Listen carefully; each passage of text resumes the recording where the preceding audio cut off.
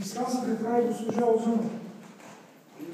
Член 28, алинея 2 гласи, че граждани могат да присъстват на заседанията на комисиите в изпазване режима на достъп в Народното събрание.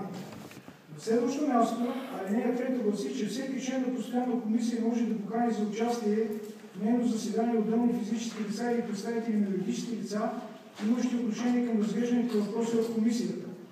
А член 13 на нашите правила гласи, че предложенията постъпват при председателя на комисията в срок до 24 часа преди насроченото заседание. Председателят изготвя общ списък на поканените, който се предоставя за пропуск в сградата на Народното събрание. Този списък е изготвен от мен 24 часа преди заседанието на комисията и ние работим в момента по този списък. Освен това, господин Стайков представя подалите сигнала и аз не виждам основание да се изразява съмнение към възможността му той да представи пред членовете на комисията този сигнал, който беше депозиран на 10 октомври. Що се отнася до член 28 алинея 1, задавам въпроса към главния експертен сътрудник, госпожо Любинова, има ли възможност заседанието да се излъчва чрез интернет страница на Народното събрание в реално време? Трябва да видим дали тази зала с такава и да проверите. техническа. Ще помоля веднага да проверите и в зависимост от отговора ще подложа на гласуване от членовете на комисията това предложение. Уважаеми господин председател, ще ми позволите да репликирам върху така изложеното от вас и искам колегите да ме извинят, като споделят с мен в нашата комисия има и друг юрист освен мен. Аз не знам, защото съм нов народен представител и не познавам всички в комисията.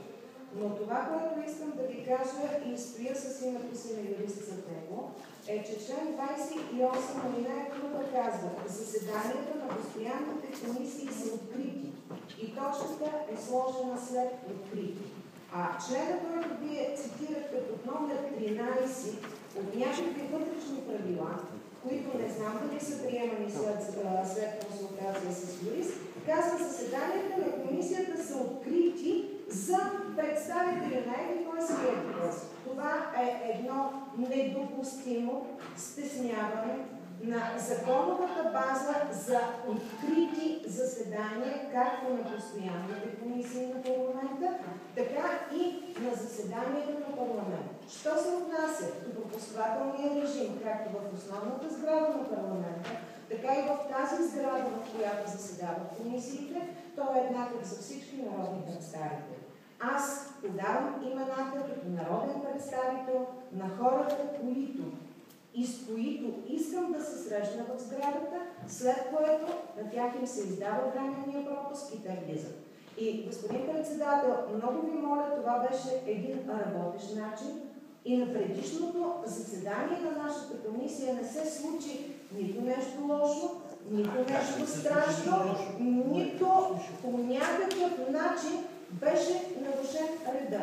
Затова или обявете, че вие ще разглеждате сигнал по повод нарушаване на парламентарната етика при закрити врата, гласувайте го да бъде при закрити врата, след което моля само аргументирайте го защо ще го направите, или отворете вратите, тук има камери, има колеги журналисти, не виждам смисъла на ограничения достъп до нашите заседания. Не почива на нито един юридически, житейски и правилен момент. Благодаря, госпожо Озунова. Ще кажа, че нашето заседание е открито, както и другите заседания, и тук в него участват традиционните наши гости от граждански организации, така както е било и на предишни заседания, участват и представители на медиите. Не съм съгласен вие да давате определение за вътрешните правила, като за някакви си правила, защото когато те бяха осъждани и приемани, включително с участието на юристи, народните представители от ГЕРБ не участваха в заседанията на комисиите в Народното събрание. Така че тези правила са приети по установения ред и правилник, който е определен в правилника за организацията и дейността на Народното събрание. И ви предлагам да пристъпим към втора точка от дневния ред, да съобщим госпожа Любинова, че няма възможност за директно излъчване в интернет и предлагам да пристъпим към втора точка и предоставям думата на господин Стайков, като